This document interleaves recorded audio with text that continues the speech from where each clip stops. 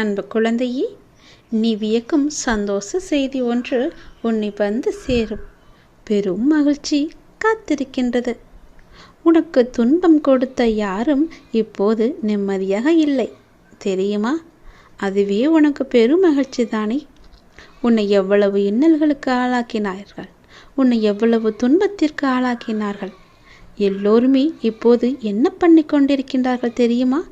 எவ்வளவு கஷ்டங்களை தாங்கிக் கொண்டிருக்கின்றார்கள் என்ன தெரியுமா? உண்மை என்றுமே தோற்பதில்லை என்பதற்கு இதுதான் முழு உதாரணம். நீ சென்று பார், அவர்கள் இன்னல்கள் எவ்வளவு அதிகம் என்று. நீ கஷ்டப்பட்டது எல்லாம் போதும் என்று அப்போதே சொன்னேன் அல்லவா? உன்னுடைய கஷ்டத்திற்கும் கண்ணீருக்கும் நல்ல பலனும் பதிலும் வரும் என்று சொல்லியிருந்தேன் அல்லவா? காத்திரு, பொறுமையாக இரு என்று சொல்லியிருந்தேன் அல்லவா?